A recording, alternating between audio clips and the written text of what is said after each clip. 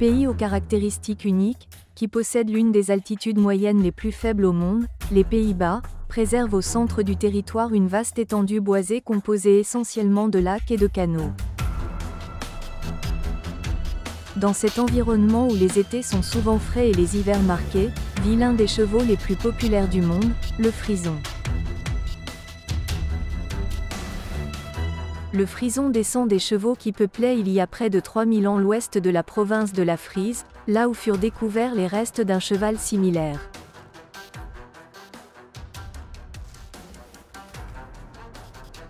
Les archéologues attestent qu'il fut utilisé comme monture par les soldats romains, lors de la construction du mur d'Adrien vers l'an 150.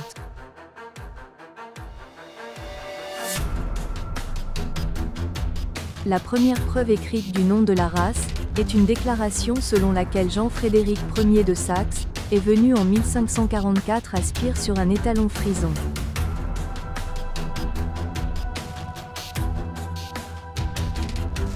Au XVIe siècle, l'armée espagnole arriva avec ses chevaux, il est donc possible que le frison fût croisé à cette époque avec des Arabes et des Andalous.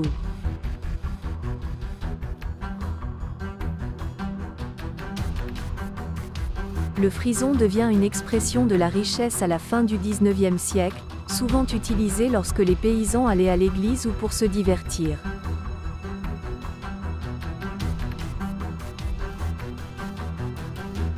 Il va traverser une période très difficile entre le XIXe et le XXe siècle, car il va devoir rivaliser avec des chevaux plus lourds.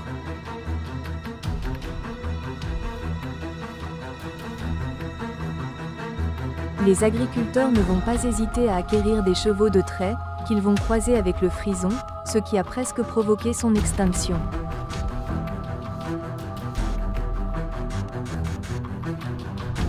En 1913, il ne restait que 3 étalons disponibles à la reproduction, qui vont être sauvegardés par la Hetfrisch Paard, qui les enregistrera dans un registre généalogique.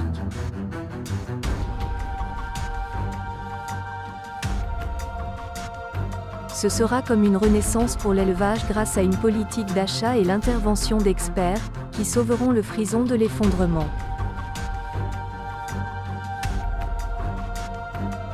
Le haras de Borculo, et celui d'Orsprong, fondé en 1885 à Uiterheide par la famille Van Ezinga, y ont joué un rôle important.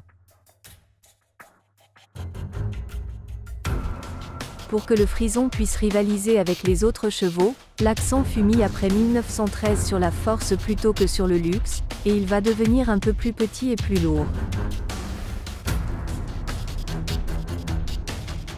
Ce modèle n'existe plus de nos jours, ce qui est préférable, car le type émergé de ces croisements n'aurait pas permis au frison de rencontrer le succès que nous lui connaissons. Cette ascension repose essentiellement sur la décision de la société d'élevage, de réorienter la race vers l'équitation de loisirs et en faire un cheval polyvalent.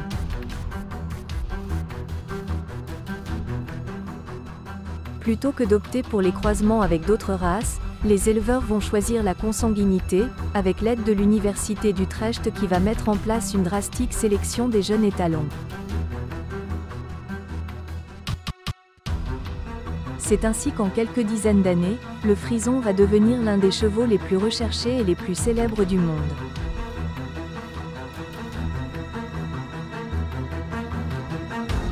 Descendant probable du tarpan, le frison a été influencé par le cheval barbe, l'andalou, aujourd'hui nommé pure race espagnole et lusitanien, et l'arabe.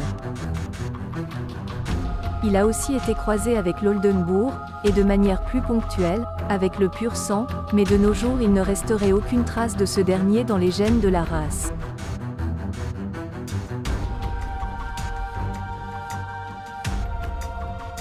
Il existe 2 sortes de modèles, le type baroque et le type sport. Le type baroque a conservé la morphologie originelle de la race.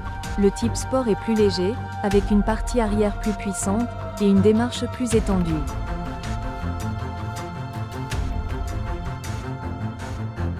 C'est probablement l'une des seules races de chevaux du monde que l'on peut reconnaître en un seul regard, tant son apparence est unique.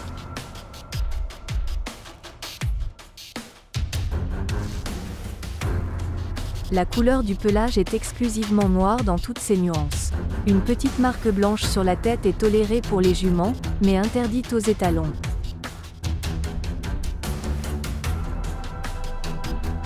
Il a une taille comprise entre 1,55 m et 1,75 m, pour un poids de 600 à 800 kg.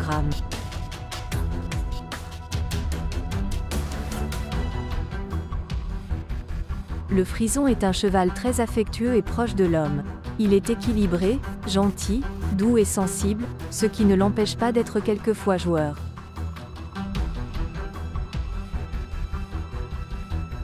Son caractère est un véritable atout, notamment lors de son éducation. Toutefois, il peut avoir du mal à s'adapter à un nouveau propriétaire. Une des plus grandes qualités du frison est sa polyvalence, mais le type baroque n'est pas un très bon sportif, du fait de son manque d'endurance. Très apprécié dans les spectacles équestres, on le voit régulièrement à l'affiche au cinéma, où son allure incomparable fait sensation. Le frison est considéré comme un symbole du patrimoine culturel des Pays-Bas, et une fierté pour la province de la Frise, qui met en valeur la notion de pureté de la race et d'identité nationale. Avec un cheptel d'environ 60 000 chevaux, le frison est l'une des races à posséder le plus de registres généalogiques à travers le monde.